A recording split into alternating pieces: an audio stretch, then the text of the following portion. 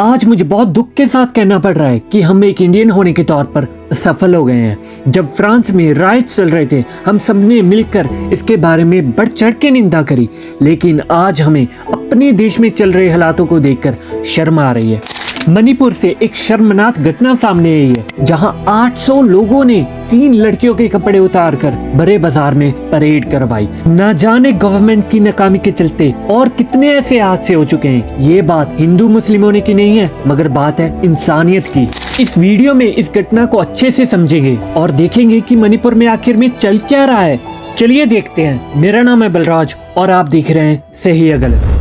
कुछ दिनों से एक वीडियो वायरल हो रहा है, जिसमें एक बहुत बड़ी भीड़ की तरफ से 3 लड़कियों का असॉल्ट किया जा रहा है। लोकल पुलिस ऑफिसर की मानी जाए तो उन्होंने कंफर्म किया है कि ये वीडियो 4 मई की है, जिसका मुख्य कारण है मणिपुर में चल रहे ट्राइब क्लैशेस।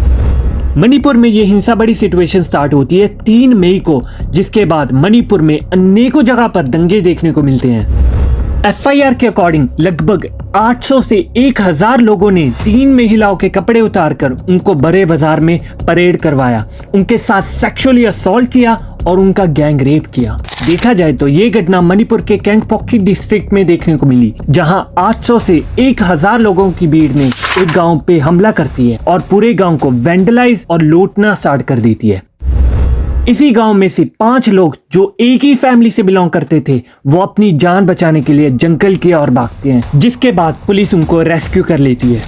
इसी के दौरान जब पुलिस की टीम उनको पास के पुलिस स्टेशन में लेके जा रही थी, कुछ लोगों की भीड़ ने पुलिस की गाड़ी को चारों तरफ से घेर लिया और उन 5 रेस्क्यू लोगों को भीड़ की तरफ से छीन लिया जाता है। ये इंसिडेंट की एक सर्वाइवर का कहना है कि उस 5 लोगों में से जो एक पिता था 56 साल का, उसे ऑन द स्पॉट मार दिया गया। फिर 3 महिलाओं को सेक्सुअली असॉल्ट किया गया, जिसमें से एक 21 साल की लड़की तक शामिल थी। इसी 21 साल की लड़की का 19 साल का एक भाई था, जो अपनी बहन को बचाने की कोशिश में उसका बेरहमी से कत्ल कर दिया जाता है। इस इंसिडेंट की एक पीड़िता ने पुलिस पर आरोप लगाया कि पुलिस खुद इन लोगों से मिली हुई थी। उन्होंने इंडियन एक्सप्रेस को एक इंटरव्यू देते हुए बताया कि पुलिस ने जानबूझकर रास्ते में गाड़ी रोकी ताकि भीड़ हमारे तक पहुंच सके और हमें सौंपा जा सके। रिपोर्ट्स की मानी जाए तो इस वीडियो को मॉब्स की तरफ से जानबूझकर रिकॉर्ड किया गया ताकि जो पीड़िता महिलाएं हैं उनको और ह्यूमिलिएट किया जा सके। ये सारी वारदात होती है 4 मई को और इसकी FIR रजिस्टर की जाती है 21 जून को। जब पुलिस से सवाल किया गया कि FIR टाइम पर क्यों नहीं रजिस्टर की गई, तो इसके जवाब में पुलिस ने कहा कि कम्युनल टेंशन के चलते हम एक्शन नहीं ले पाए। हैरानी की बात तो ये है, इतना सब कुछ होने के बावजूद मणिपुर के CM ने अभी तक इस्तीफा नहीं दिया और हमारे माननीय प्राइम मिनिस्टर मोदी जी ने मणिपुर के हादसे को लेकर 2 महीने तक चुप्पी बना के बैठे रहे। मगर आखिर में मणिपुर में ये सब वायलेंस हो क्यों रहा है?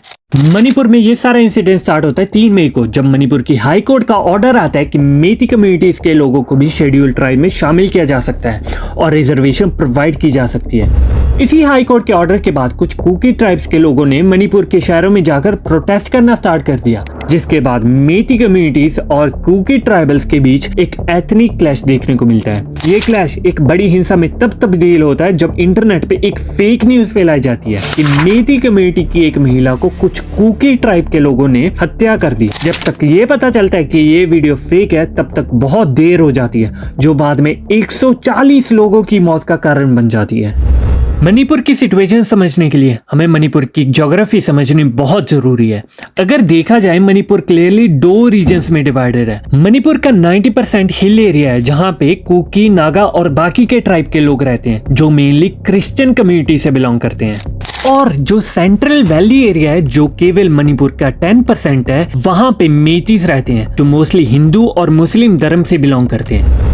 नागा और कुकीज मणिपुर के पॉपुलेशन का 45% हिस्सा है और इनको एज अ शेड्यूल ट्राइब भी कंसीडर किया जाता है, जिसकी वजह से जो 90% हिल एरिया है, वहां पे सिर्फ यही लोग जमीन खरीद सकते हैं। वहीं मेतीस की पॉपुलेशन 55% है, मगर ये सिर्फ 10% मणिपुर एरिया में जमीन खरीद सकते हैं। Valley region historically power region माना जाता है। इस कारण मणिपुर की वैली के क्षेत्र हमेशा अपने हिल रीजन से अधिक संपन्न रहा है, जिसका एडवांटेज सीधे तौर पर मेती कम्युनिटी को देखने को मिलता है। मणिपुर की मेजॉरिटी पॉपुलेशन मेतीस होने की वजह से इनका मणिपुर की राजनीति में पॉलिटिकल पावर बहुत ज्यादा है। इस वजह से मणिपुर की जो स्टेट असेंबली है उसकी 60 में से 40 सीट सिर्फ मेतीस कम्युनिटी से आती हैं और बाकी की 20 सीट बाकी सारी हिल ट्राइब से आती हैं। मेतीस की ज्यादा पॉपुलेशन के चलते मेतीस का कहना है कि उनको ज्यादा रिसोर्सेस मिलने चाहिए और उनको भी as a schedule tribe consider करना चाहिए, जिससे कि वो हिल्स एरिया में जाकर जमीन खरीद सकें। और इसके जवाब में कुकीज एंड नागा ट्राइब का कहना है कि मेतीस के पास ऑलरेडी पॉलिटिकल पावर है और कुकीज एंड नागा के पास सिर्फ हिल्स वाली जमीन ही है। अगर ये भी छीन ली गई तो उनके पास कुछ नहीं रहेगा और उनका इन्फ्लुएंस मणिपुर से धीरे धीरे खत्म होता जाएगा। इस कहानी में नया मोड़ तो तब आता है जब 2021 में म्यांमार में मिलिट्री कूप देखने को मिलता है, जिसके चलते बहुत सारे इमिग्रेंट्स इलीगली इंडिया में एंटर करते हैं और मणिपुर को एक इमिग्रेशन क्राइसिस फेस करनी पड़ती है। इसी के चलते मेतीस का कहना है कि इस इलीगल इमिग्रेशन के चलते उनका इन्फ्लुएंस खत्म होता जा रहा है और उनको डर है कि मेतीस ट्राइब डेंजर में है, जिसके चलते मणिपुर की हाई कोर्ट ने मेतीस के हक में जजमेंट सुनाया।